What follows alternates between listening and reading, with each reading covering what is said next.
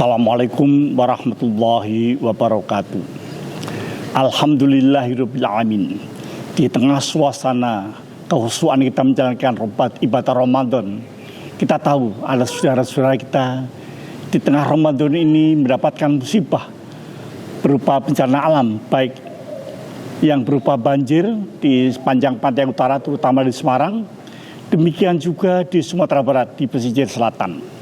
Tentu saudara-saudara kita mengalami hal yang sangat berbeda dengan kita bersama.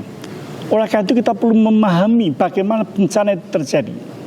Bencana hidrometeorologi yang sering kita sebut banjir, longsor, itu adalah bencana di lingkungan kita. Dalam soal bencana lingkungan ini kita perlu introspeksi dan mawas diri. Kenapa itu terjadi? Allah SWT menjelaskan Dhaharul fasadu fil bari wal bahri bima kasabat aydin nas. Telah terjadi kerusakan di darat dan di laut akibat ulah manusia. Maka kita perlu mencermati terjadinya banjir, longsor memang dipengaruhi oleh cuaca.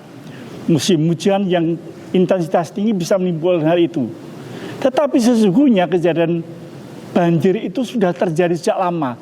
Cuman persoalannya kemudian waktu itu lingkungan masih demikian rupa. Longsor belum terjadi karena apa? Pohon-pohon masih cukup utuh untuk menjaga tidak terjadi longsor karena akar-akar pohon mengikat. Tapi dengan semakin serakahnya dalam tanda kutip manusia mengeksplorasi daratan, mengeksplorasi sungai yang kemudian menimbulkan bencana longsor. Inilah yang hendaknya menjadi perhatian kita semuanya. Hal yang menjadi penting adalah bermuhasabah, mawas diri. Kenapa itu mesti terjadi? Oleh karena itulah Ibu dan saudara sekalian, di tengah Ramadan ini, bulan yang sangat mulia, mestinya kita menjadi dapat semakin kita mengintrospeksi diri, melihat lingkungan kita. Karena lingkungan yang kita dapat sekarang ini adalah peninggalan dari nenek moyang dulu, yang mereka menjaganya. Dan ingat, Allah memberikan lingkungan yang demikian indahnya ini harus kita wariskan kepada anak cucu. Sekarang ini bukan milik kita saja, kita harus menjaganya agar anak cucu kita juga mendapatkan kebaikan dari lingkungan ini. Oleh karena itulah saudara-saudara yang dirahmati Allah, marilah peringatan Allah berupa banjir, tanah longsor adalah mengingatkan pada kita bahwa kalau kita menjaga lingkungan dengan sebaik-baiknya, insya Allah itu semuanya bisa kita jaga. Sehingga anak cucu kita nantinya menerima warisan dari kita dan mereka pun akan menjaganya. Kalau sekarang kita mengeksploitasi alam dengan serakah, maka alam pun tidak lagi bersahabat dengan kita. Memang alam semesta dianugerahkan Allah kepada kita. Allah mengatakan bahwasanya kita diberi kesempatan untuk mengelola, mengeksplorasi, bahkan mengeksploitasi. Tapi kalau kita serakah dan tanpa menghiraukan keadaan alam, maka Allah memberi peringatan.